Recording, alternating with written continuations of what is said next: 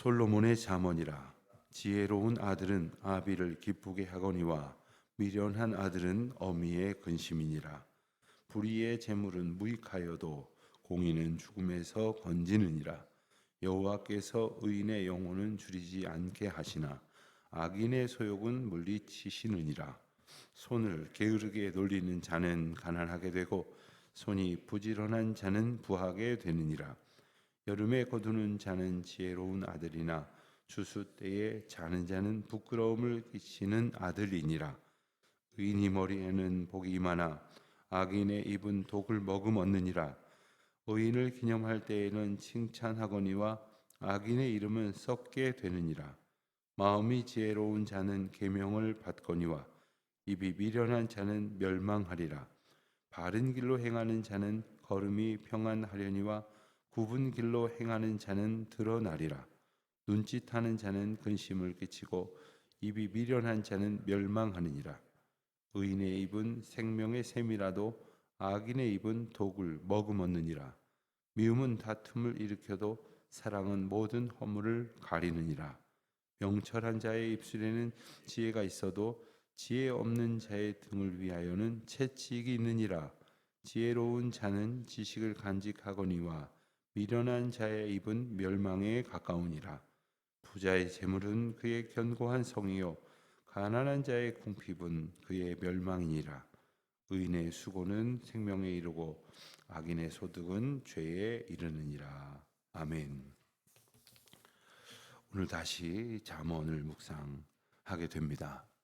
잠언은 이 땅을 살아갈 수 있도록 생명의 은혜를 얻은 인생들에게 주시는 하나님의 교훈이요 하나님의 지혜입니다.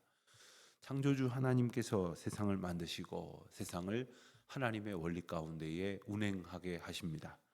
그러므로 하나님께서 만드신 그 창조의 원리, 즉 하나님의 뜻에 합당하게 살아가는 것만이 이 세상을 평안하고 기쁘고 그리고 보람되고 그리고 의미 있게 살아가는 것이 됩니다. 하나님의 뜻이 아니라고 한다면 그것은 자신을 망가뜨리고 또 세상의 순리를 역행하며 그리고 결국은 패망에 이르는 결과를 가져올 뿐입니다. 하나님께서 하나님의 법도를 어떻게 일러주시는지 이 말씀 구절 구절을 통하여 인생이 살아가야 할 지혜를 깨달을 수 있어야 할 것이겠습니다. 오늘 말씀은 특별히 지혜로운 아들이 어떻게 살고 미련한 아들은 또 어떻게 사는지를 대조하는 1절 말씀으로 시작을 합니다. 지혜로운 아들은 아비를 기쁘게 하거니와 미련한 아들은 어미의 근심이니라. 여기서 아비와 어미는 육신의 부모를 이제 추상하면서 창조주 하나님께서 우리를 지으신 그리고 지으신 대로 살게 하시는 그 하나님의 계획하심을 의미하는 말씀입니다. 하나님께서 우리를 지으시고 이 땅을 살게 하실 때 그 뜻대로 살아가는 것이 바로 기쁨이고 그리고 그 뜻대로 살아가지 않는 것이 미련한 것이며 그것은 결국 창조주 하나님의 근심이 될 수밖에 없는 것이다.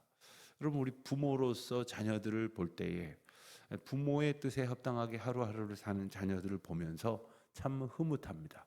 감사합니다. 대견합니다. 그러나 그렇지 않을 때 때로는 잔소리도 해보고 또 때로는 달래보기도 하고 또 때로는 이렇게 저렇게 교훈하기도 합니다만 제멋대로 그 길을 계속 가려고 할 때 근심일 수밖에 없습니다. 우리가 말로는 나 주님의 기쁨이 되기를 원합니다 해놓고는 정작 살기는 주님이 내 기쁨이 되기를 바랍니다. 그래서 내가 원하는 것 이루어 주시는 분 정도로만 생각을 하는 것이 바로 우리의 완악한 이 현실임을 자각하고 하나님을 기쁘시게 하는 것이 무엇인지 일러주시는 말씀을 따라서 순복하며 살아갈 수 있어야 할 것이겠습니다. 그러하기 위해서 오늘 말씀 가운데에서 우리가 좀 깊이 묵상해야 될 것들이 있습니다. 오늘 말씀을 읽었을 때 무슨 말인지 모르겠다 싶은 것은 한 구절도 없을 것입니다. 무슨 말인지 몰라서가 아니라 이 말씀을 마음에 새기고 또 이 말씀이 정령 이끄시는 대로 살아가려고 애쓰지 않는다는 게 문제입니다. 자, 2절 말씀을 보면 불의의 재물은 무익하여도, 그런데 문제는 불의할지라도 재물을 쫓아가는 인생이 있다는 것이죠. 오래전에 어떤 단체에서 몇 년에 한 번씩 고등학생들을 대상으로 똑같은 조사를 했다고 합니다. 10억이 생기면 1년쯤 감옥에 갈 의향이 있느냐, 감옥에 가서 1년 이 벌을 받고 나서 10억이 생긴다면 가겠느냐 했더니 이 그러겠다고 하는 학생들의 숫자가 점점점 늘어나더라는 거예요. 10년을 대조해서 봤을 때에 50% 이하였다가 60%가 넘는 수준으로 바뀌었다 하는 그런 통계를 제가 본 적이 있습니다. 자, 가서 1년을 허비하는 것이 문제가 아닙니다.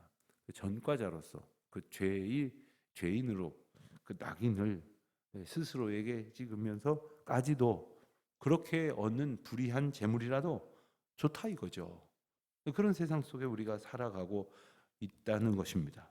그러나 공의는 죽음에서 건지느니라. 공의는 하나님의 의를 말합니다. 하나님께서 우리에게 주시는 그 의대로 살아가는 자는 죽음에서 멸망할 수밖에 없는 인생들을 영원한 생명으로 인도하시는 은혜를 얻게 하신다 하는 말입니다.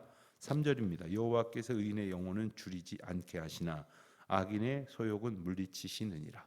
오늘 말씀은 이렇게 대꾸절로 이것은 이렇고 저것은 저렇다 하는 말씀으로 계속 되어지고 있습니다. 의인의 영혼, 악인의 소욕, 우리는 어디에 속하여 살고 있는지 겸손히 하나님의 인도하심 앞에 들여다볼 필요가 있겠습니다. 4절은 손을 게으르게 놀리는 자는 가난하게 되고 손이 부지런한 자는 부하게 되느니라. 이 말을 거꾸로 그리고 속단하여서 가난한 자는 모두 게으르고 부유한 자는 모두 부지런하다라는 명제로 바꾸려고 하면 안 됩니다. 그러나 우리가 이 세상을 살아갈 때에 우리에게 주신 사명을 성실히 부지런하게 감당을 하는 것의 결과로 기대할 수 있는 것은 당연한 것이요, 그것이 바로 부함이라고 하는 것입니다. 그리고 그 사명을 감당하지 못할 때에 가난이라고 그렇게 상징되어지는 그러한 성취하지 못함을 우리에게 분명히 말씀을 하십니다. 인생의 목적은 부하려고 하는 것은 결코 인생의 목적이 될 수가 없습니다. 왜냐하면 그야말로 돈이 전부인 줄 알지만 마치 정말 허망한 모든 상황과 여건으로 그 모든 것들이 날아갈 수밖에 없는 것 또한 우리는 잘 압니다. 그럼에도 불구하고 실상 그 추상적인 가치를 생각할 땐 동의를 하다가도 실상 돈을 이야기하고 그 돈이 가져다 주는 그러한 물리적이고 현실적인 것을 생각하면 돈에 매일 수밖에 없는 연약한 인생들이지만 그것을 초월하여 그 모든 것을 하나님께서 다스리시고 우리에게 허락하시는 주권자이심을 우리가 늘 기억할 수 있어야 할 것이겠습니다. 5절에 보니까 여름에 거두는 자는 지혜로운 아들이라 했습니다. 이스라엘의 농사는 이제 여름에 거두는 곡물 농사가 있고 그리고 5월부터 한 10월까지 거두는 여러 종류의 그러한 곡물들과 과실들이 있습니다. 우리는 보통 대부분 다 봄에 뿌려서 혹은 이제 초여름에 다시 옮겨 심어서 가을에 거두는 그러한 농사를 이렇게 생각을 하는데, 우리나라처럼 봄, 여름, 가을, 겨울이 아주 뚜렷한 그런 기후가 아닌 이스라엘에서는 이제 어느 계절에 심는 것이 따로 있고 또 어느 계절에 심는 것이 따로 있으며 또 심겨진 것에 따라서 거두는 것도 차이가 납니다. 여름은 덥습니다. 힘듭니다. 그래서 늘어지고 지치기 쉬운 때입니다. 게을러지기 쉬운 때라는 말입니다. 그러나 여름에 거두어야 할 것이 있습니다. 우리가 때로는 일하기 싫을 때가 있습니다. 피곤할 때가 있습니다. 그리고 좀 늑장을 부리고 좀 내 멋대로 하고 싶을 때가 있습니다. 그러나 그럴 때라도 거두게 하시는 하나님의 섭리 가운데 있으니 거두는 겁니다. 우리가 오늘 나의 시간표가 아니라 하나님의 시간표대로 움직이는 것이죠. 피곤해서 안 되겠다. 하나님께서 우리를 쉬지 못하도록 그렇게 몰아치시는 것은 아니지 않습니까? 자야 될 시간에 자지 않고 쉬어야 될 시간에 쉬지 않고 딴 일 하면 정작 일해야 될 시간에 피곤해서 못 하겠다고 이렇게 불평을 하게 되는 것입니다. 하나님께서 우리에게 주시는 그 시간의 은혜는 사명의 은혜를 말하는 것입니다. 또한 추수 때에 자는 자, 말할 것도 없이 그 게으른 자는 소득이 없습니다. 수확이 없습니다. 당연히 부끄러움을 끼치는 아들이 될 것입니다. 6절의 말씀을 보면 의인의 머리에는 복이 많아 악인의 입은 독을 머금었느니라. 또 7절은 의인을 기념할 때에는 칭찬하거니와 악인의 이름은 썩게 되느니라. 7절은 의인과 악인의 사후에 대한 평가를 상징적으로 말하고 있습니다. 사람은 누군가의 항상 인정과 평가를 받을 수밖에 없습니다. 우리 또한 그렇게 생각을 합니다. 어제 서점에 갔다가 제가 아는 어떤 분이 책을 내셔서 반가운 마음으로 열심히 읽어봤더니 참 책을 잘 쓰셨더라고요.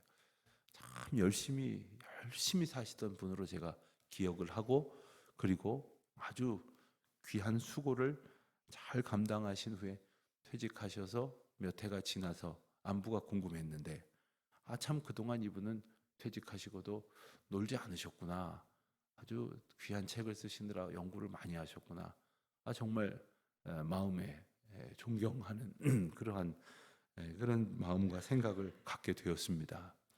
사람은 이렇게 자기가 한 일로 이렇게 평가를 받게 되는데, 무엇보다도 우리가 하나님 앞에서 우리의 살아있는 동안의 모든 일이 그 일로 그 시간으로 끝나는 것이 아니라 우리를 바라보면서 하나님의 기준 가운데에서 어떻게 평가될 것인지까지도 두렵고 떨리는 마음으로 의식할 줄 알아야 할 것이겠습니다.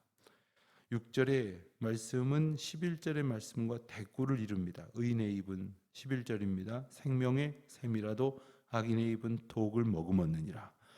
자, 우리의 입은 어떤 입일까요? 우리가 말하는 것을 보면 알 수가 있습니다. 우리가 말하는 것을 객관적으로 볼 수가 없다면 다른 사람들이 말하는 것을 한번 들어보십시오. 어떤 사람의 입에는 정말 남을 향한 사랑과 존경이 가득하다는 것을 알게 되지만, 또 어떤 사람의 입에서는 저 사람은 어떻게 저렇게 불평을 말하고 불만만을 이야기하는가, 어떻게 저렇게 남을 판단하려고만 하는가 하는 생각이 들 때가 있을 것입니다. 주님께서는 우리에게 생명의 은혜와 그리고 풍성한 은총을 주셨건만, 우리의 입에는, 우리의 마음에는, 우리의 생각에는 무엇이 담겨 있는지를 늘 주님의 은혜 앞에 성찰해야 할 것이겠습니다. 12절 보니까 미움은 다툼을 일으켜도 사랑은 모든 허물을 가리느니라. 여러분, 이것을 거꾸로 말하면 나에게 다른 사람이 다툼을 일으키기를 원합니까? 아니면 나에게 다른 사람들이 나의 허물을 가리워 주는 그러한 배려와 사랑을 베풀어 주기를 원합니까? 답은 명확한 것입니다. 그런데 문제는 우리는 남들에게 그렇게 살려고 애쓰지를 않는다는 겁니다. 또한 13절에 보는 대로 명철한 자의 입술과 지혜 없는 자의 그 삶의 모습에 이어지는 결과가 어떠한 것인지를 분명히 깨닫습니다. 그렇습니다. 오늘 말씀은 바로 하나님께서 주시는 지혜를 얻은 자가 어떠한 은혜와 복을 얻을 것이며, 또 그것이 없는 자가 어떠한 어려움을 겪게 될 것인가를 일러 주시는 말씀입니다. 16절입니다. 의인의 수고는 생명에 이르고 악인의 소득은 죄에 이르느니라. 우리가 똑같이 수고합니다. 어떤 경우에 악인들이 더 열심히 사는 모습을 또한 보게도 됩니다. 그러나 과연 우리가 어떠한 삶의 목적과 의미와 또한 사명 가운데에서 어디를 향한 어떤 소행을 가진 수고인가, 어떤 것을 향하여 오늘도 애쓰고 달려가는가. 오늘도 우리 열심히 살아가기를 원합니다. 그러나 무엇을 향해서 어디로 열심히 살아가는지는 이제 우리에게 주시는 말씀의 은혜 가운데에서 우리에게 기쁨을 주시고 우리의 순종을 통하여 기뻐하실 하나님의 뜻에 합당한 그러한 의미의 방향으로 기꺼이 수고를 감당하는 저와 여러분이 되시기를 바라며, 그 수고를 위하여 주시는 하나님의 능력을 힘입어서 주님 주시는 기운으로 승리하는 주의 자녀들 되시기를 주님의 이름으로 다시금 축원드립니다. 기도하겠습니다. 하나님 아버지, 오늘도 주님이 주시는 말씀과 약속의 은혜를 붙들고 성실한 마음으로 주님이 주시는 은혜를 따라 순종할 때에 주님이 영광을 받으시고 주님이 저희에게 크신 은총으로 저희를 새롭게 하시는 귀한 날 되게 하여 주시옵소서. 예수님의 이름으로 기도드립니다. 아멘.